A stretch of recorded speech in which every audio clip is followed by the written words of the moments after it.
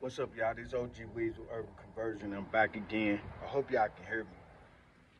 This just be a test run or whatever, but I hope y'all can hear me. If you just now tune in to my channel, I'm OG Weasel Urban Conversion, and I did 20 years on a 30-year federal prison sentence. And I'm here today to tell you my journey and the highs and the lows of being in federal prison. So if you got a sister, brother, uncle, cousin that's in this situation, maybe these stories or something like that will help you, enlighten you on the things that they going through.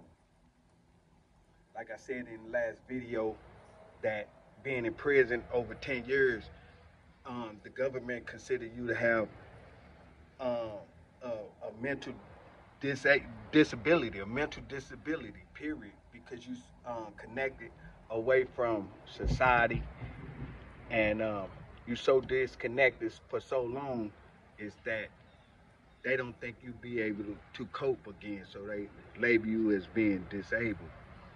But they give you these astronomical numbers. I'm OG Weasel Urban Conversion, and this is my journey. I got commuted by President Obama before he left office, and I'm grateful for that situation. Had not, I still been in that situation. So it was my time, so I'm here to tell y'all the highs and the lows of being in federal prison.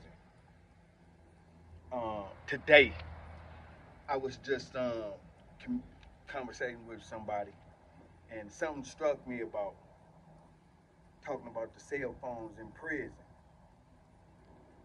right now, in the feds and in the state and all of that. See, when I came in federal prison, it wasn't nothing like that. We was on wall phones. Even the higher up dudes that I'm talking about, you can move a mountain of money around. You can move a mountain of money around. It didn't matter. You still couldn't go to your cell and get on no cell phone. You know, I don't know if it was just, and it wasn't like the guards was getting a different substantial amount of money at that time, but it was hard to break or infiltrate the lines of being in federal prison. And this is what I know for a fact, because even then, going into federal prison, even my mental, I thought I could move around a lot of street money that I had access to for a phone or whatever, but that wasn't even talked about. And the conversation today was about the phones being expensive in the jails, which they are. Because on my last days of my last couple years transitioning from getting out of prison, the cell phones was more accessible, but I couldn't afford one. You know, I couldn't at this time. I couldn't even call home to see who would have $1,500 or $2,000 or $2,500 for a cell phone while I'm in prison, because people wrote me off to. They thought I would never get back home. They thought I would never get back home, you know. So I'm here today, and I'm telling y'all my journey. And the conversation I was having earlier was about me being fearful of my last years. I've been so institutionalized in the prison system that even though I seen a cell phone or I had little access to going to get or use a cell phone, right? I was still fearful or so institutionalized that even when I did sneak and get on the phone, for so many years I've been utilizing 15 minutes being programmed to know when the beeps on the phone finna hang up. The second beep, you know the phone finna hang up. You tell your people you love them, this and that. This has been ongoing process being embedded mentally into my head, and psychologically I'm doing it even using the cell phone. The last days of getting out of prison, having access to one of my homeboys going to use his phone, I'm still only programmed to use this device to communicate for 15 minutes. That's the storyline that I'm getting at, because I've been manipulated so long that I know I'm breaking the law, and I know I'm doing what ain't authorized for me to do, but I'm still only sneaking for like 10 to 15 minutes because this all I've been programmed to do, communicating with the outside world.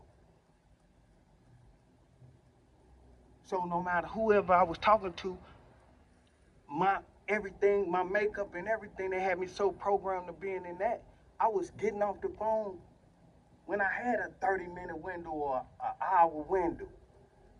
But subconsciously, it was embedded in me to just deal with this device for 15 minutes.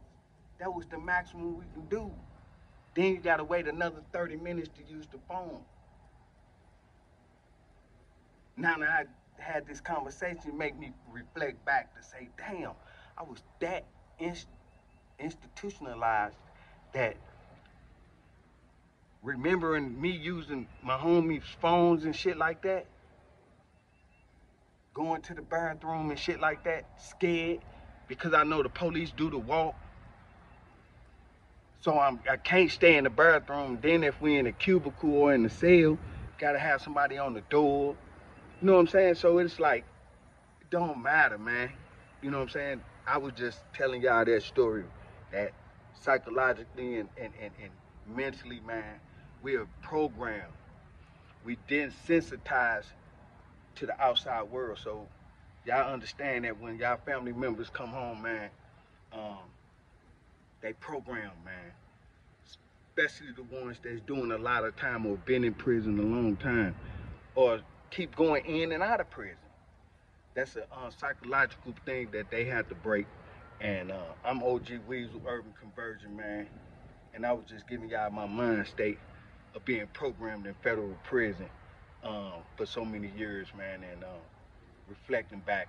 I hope this helps somebody that's in this situation. If your family members in this situation or whatever, I salute y'all, both hands, like my homeboy say, you know, it's OG Weasel Urban Conversion, man. Thank y'all for tuning in, man. Merch coming soon, Chasing Me book series coming soon. And thank y'all for rocking with me, man. Peace.